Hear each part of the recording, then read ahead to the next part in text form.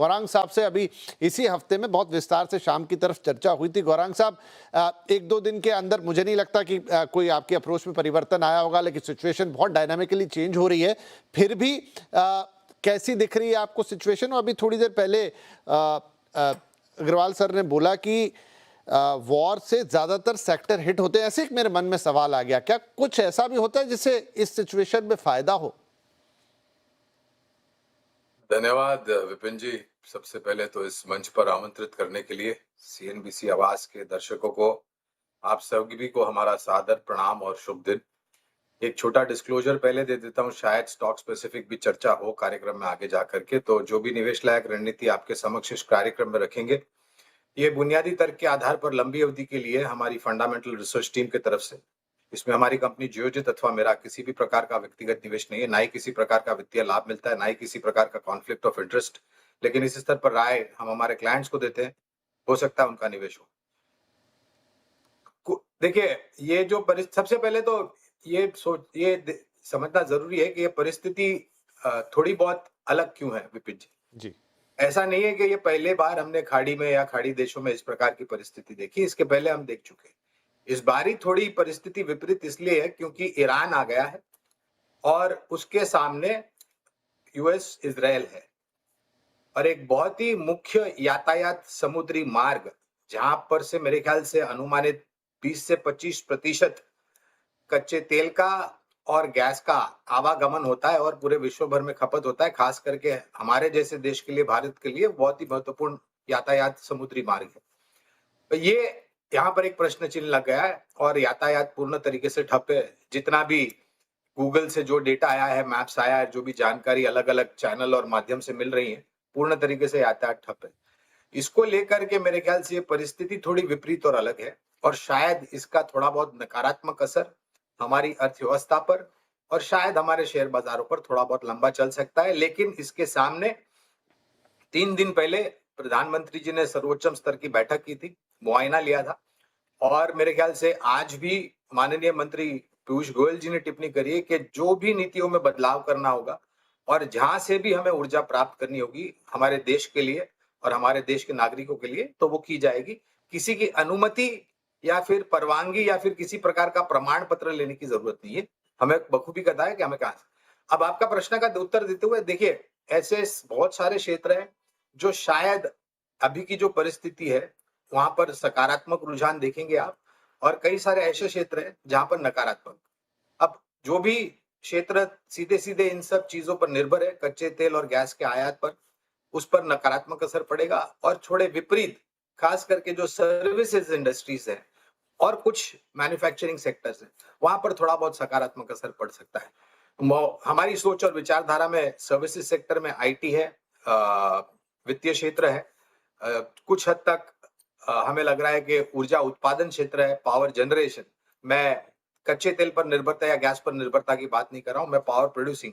की बात कर रहा हूं। उसके बाद हमें लग रहा है रक्षा क्षेत्र, कुछ हद तक हमें लग रहा है कि सीमेंट क्षेत्र, और एक कॉन्ट्रा कॉल अगर मुझे लेना है जिसका असर सीधा सीधा कुछ क्षेत्र पर पड़ता है, तो मुझे लग रहा है कि धातु क्षेत्र आगे जाकर के अच्छा कर सकता है। कैपिटल गुड्स इंजीनियरिंग क्षेत्र है जहां पर हमें लग रहा है कि अच्छी सक्षम मजबूत कंपनियां हैं, जहां पर उदाहरण के तौर पर एलएनटी जैसी कंपनियां हैं। एक विपरीत विचारधारा रख करके जिस मूल्यांकन पे मिल रहा है, आप वहां पर सोच सकते हैं। और मैं ये भी कहूंगा कि ये जो भी परिस्थिति है विपिन जी, ये शायद कुछ समय लगे सुलझने के लिए, लेकिन इतिहास के पन्ने अगर आप पलट के देख ले, तो जब कभी भी निवारण हुआ है इस प्रकार की परिस्थिति का, तो बाजार ने घूम करके लंबी अवधि में आपको शानदार मुनाफा खड़ा करके दिया है। कहने का तात्पर्य यह है कि आपकी जो खरीदारी की सूची आपने संभाल के रखी है, उसको अब बाहर निकालने का समय आया है। मैं ये नहीं कहता कि पूरी ताकत लगा करके एक समय पर निवेश कीजिए, मैं ये बिल्कुल कहूंगा कि छोटी छोटी मात्रा में छोटे छोटे कदम आगे बढ़ा करके आप धीरे धीरे करके निवेश करना शुरू कीजिए, बशर्ते आपका नजरिया लंबी अवधि का हो। राइट, तो लंबी अवधि का नजरिया हो, आपने अपनी जो भी लिस्ट बनाई है बाइंग उसे बाहर निकालिए, लेकिन छोटे छोटे स्मॉल अमाउंट में वो खरीदारी होनी चाहिए। इसको और थोड़ा आगे चलते हुए डिकोड करेंगे कि अगर वो खरीदारी हो तो कैसे हो, क्योंकि स्पेसिफिक होना पड़ेगा, नहीं तो जोखिम बना रहेगा। वो हम आगे पूछेंगे अपने एक्सपर्ट से। अभिषेक अग्रवाल साहब, एक मुद्दा जिसको अभी थोड़ा सा टच किया गौरांग साहब ने, वो है ऑयल एंड गैस का, और वो शायद भारत के लिए सबसे बड़ा कंसर्न है, क्योंकि वो हॉर्मूज का खाड़ी वाला वो हिस्सा जहां से हमारे लिए भी एक मेजर सप्लाई आती है, बड़ी सप्लाई आती है, प्लस पूरा मिडिल ईस्ट ही उसके घेरे में। तो भारत के लिए गैस और तेल की निर्भरता बहुत ज़्यादा इम्पोर्ट पे, और वो चिंता बढ़ाती है। लेकिन सरकार ने कहा है, सुनिश्चित किया है, जैसा अभी जिक्र भी किया गौरांग साहब ने, कि एक तो हम सार्वभौम है, मतलब हम अपने हिसाब से अपने फैसले लेंगे, हमें जिससे खरीदना है, जिससे नहीं खरीदना है, जिस स्थिति में खरीदना है, वो फैसले हमारे अपने हैं। और साथ में इंश्योरेंस भी आई है कि किसी भी प्रकार से तेल या गैस की कमी नहीं होने दी जाएगी, हम अपने एनर्जी रिसोर्सेज को सिक्योर करके रख रहे हैं। तो ये बड़ा इंश्योरेंस है सरकार की तरफ से। बट बाजार इस चिंता को कितना बड़ा देखता है? तो विपिन जी, डेफिनेटली मार्केट में हाल फिलहाल में जो करेक्शन हमने देखा है, वो ये चिंता को भली भांति दिखा रहा है कि स्ट्रेस जो मार्केट में इस वॉर से रिलेटेड है, वो रियल है। इससे पहले भी अगर हम देखेंगे तो यूक्रेन रशिया की वॉर हो रही थी, बट वहां पे लार्जली इंडिया, अनफॉर्चुनेटली आप वॉर की सिचुएशन में, क्योंकि war is never fortunate, is always unfortunate, but उस वॉर की सिचुएशन में इंडिया बेनिफिशियल हो गया, बिकॉज रशिया के साथ उस समय एक ऐसी डील पे इंडिया ने अपनी ऑयल को टाई अप किया जहां पे मार्केट के रेट से, इंटरनेशनल मार्केट के रेट से काफी उन्हें सस्ता ऑयल मिल रहा था, और उस तरह से हमारे लिए वो एक एंड बेनिफिट हो गया। बट यहाँ पर वो सिनेरियो प्ले आउट नहीं हो रहा, बिकॉज अभी रशिया पे सैंक्शंस लगे हुए हैं, एंड जिस तरह से डोनाल्ड ट्रंप पूरी तरह से फोर्स कर रहे हैं सारी कंट्रीज को दुनिया के अंदर में अपने हिसाब से ट्रेड को करने के हिसाब से जो उनकी डील्स चल रही है, उसमें अभी जो ये शिफ्ट हुआ है उनके ऑयल परचेज का इंडिया का, वो वेनेजुएला से ज्यादा हो गया, क्योंकि उन्होंने वेनेजुएला के जो कंट्री है वहां पे भी उन्होंने एक तरह से उसे टेक ओवर ले लिया, एंड वहाँ जो ऑयल है वो अब हमारे इंडिया की तरफ हमने देखा है कि लास्ट 3-4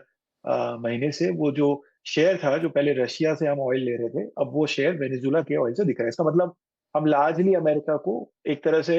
उनकी कहा मान रहे हैं, या हम उनके अलाई की तरह बिहेव कर रहे हैं, जो कि एक तरह से ट्रेड अलाई हम कह रहे हैं, not a natural ally the way how Israel and America is now. Market के लिहाज से जैसे कि हमने ये पॉइंट रखा,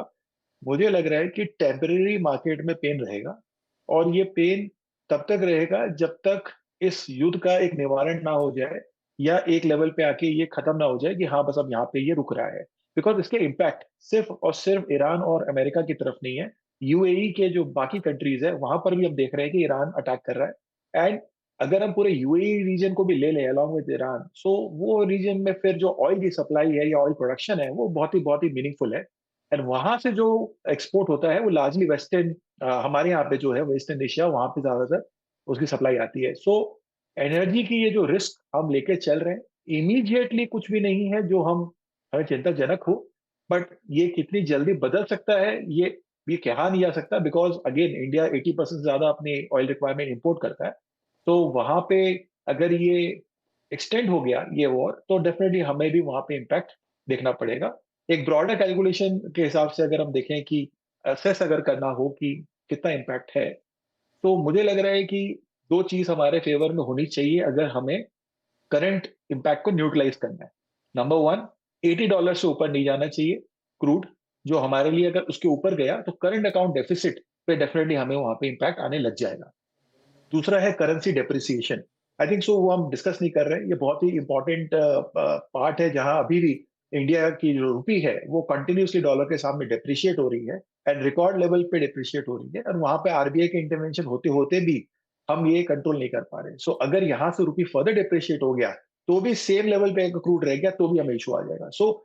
overall as I am saying that perfect impact निकालना मुश्किल है, बट सर्टेनली हमारे फेवर में चीजें नहीं है, और ये ग्लोबल अनसर्टेनिटी से जो ट्रेड वॉर की वजह से भी जो हमें नेगेटिविटी दिख रही है, अनफॉर्चुनेटली वो अब हमारे मार्केट को बिल्कुल वो दर्शा भी रहा है। और इंटरम लेवल पे जैसे मैंने कहा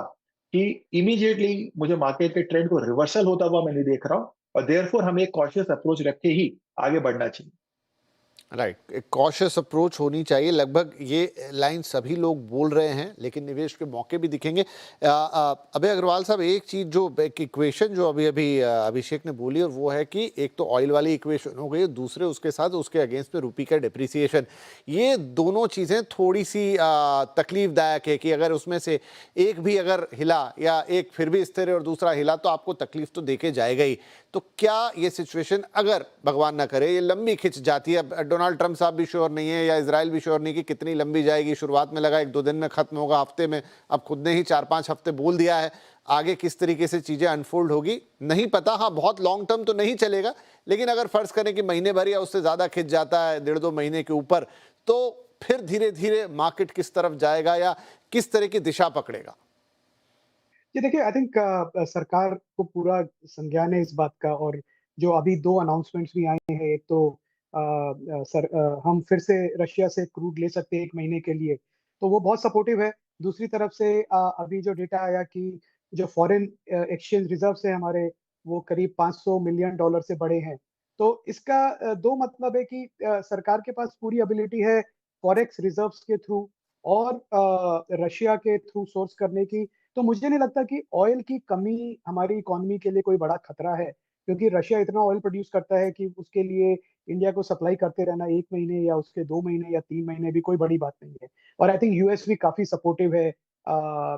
इस बात का। तो मुझे ऑयल पे ज़्यादा फ़िक्र नहीं हो रही है। मेरी फ़िक्र ज़्यादा है एफडीआई फ्लो पे, एफपीआई फ्लो के, क्योंकि इंडिया एक अभी भी इमर्जिंग मार्केट में गिना जाता है और उसकी वजह से उसका जो रिस्क स्टेटस है, जो फॉरेन इन्वेस्टर्स के लिए, वो ऊपर है। तो जैसे-जैसे रिस्क ऑफ ट्रेड बढ़ेंगे और हमने पिछले 2-3 दिन में देखा भी, काफ़ी एफपीआई का जो सेलिंग का नंबर था, वो काफ़ी बड़ा नंबर था। तो इस तरह के अगर बड़े नंबर आते रहे, तो मुझे लगता है कि मार्केट जो है, वो फॉरेन फ्लोज़ की वजह से वीक रहेगा। और रुपए को उसका थोड़ा खामियाज़ा भुगतना पड़ेगा, बट आई थिंक रुपए को प्रोटेक्ट करने की आरबीआई और गवर्नमेंट की बहुत बड़ी कैपेबिलिटी है। पर